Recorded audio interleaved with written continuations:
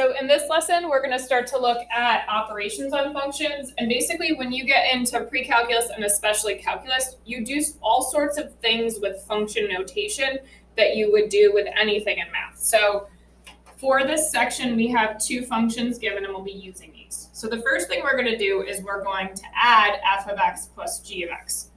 So we're going to take the f of x function, which is here,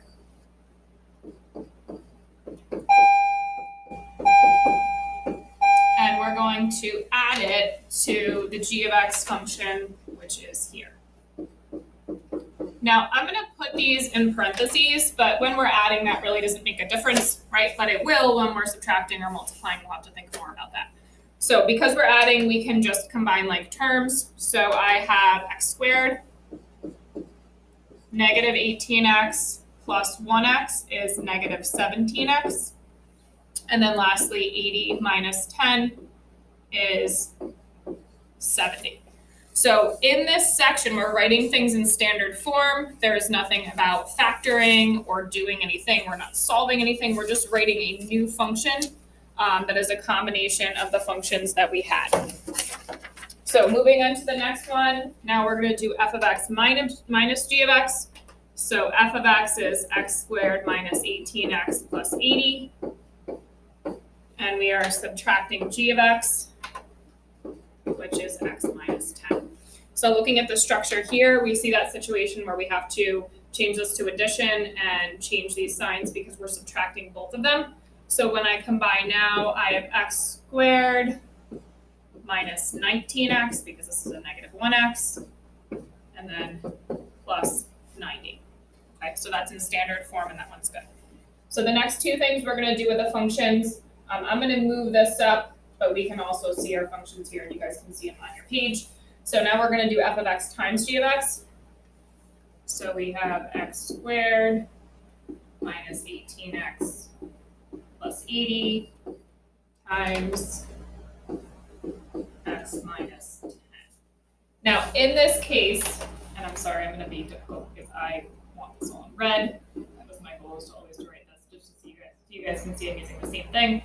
I'm actually going to use the commutative property and move g of x to the front of this, just because I think it's a little easier to distribute this way, which is what I'm going to have to do on this problem because I'm multiplying. So we're going to start out distributing because we have to write this in standard form. Now, the work we were doing yesterday when we were working with functions, or in the classwork, whatever day that ended up being, that was different, right? We didn't have to simplify, but here we do. So I'm going to get x cubed minus 18x squared plus 80x minus 10x squared minus 1 or plus 180x and then minus 800. So we're going to look for any terms we can combine together. So I have x cubed minus 28x squared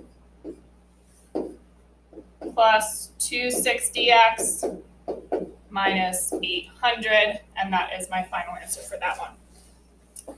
So looking at the last one, I'm just going to move this up a little bit because I do have my functions there. Now we have f of x divided by g of x. So f of x is x squared minus 18x plus 80, and we are dividing by x minus 10. So I could have written this as a division problem kind of in a row, but I would have to keep these in parentheses. And I know I'm going to end up kind of with this fraction situation anyway. So looking at this is a rational expression.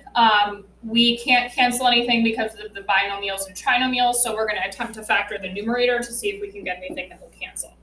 So in this case, numbers that add up to negative 18 and multiply to 80 are negative 8 and negative 10. And we have x minus 10 down here. So my new function is just x minus 8 when I divide those two.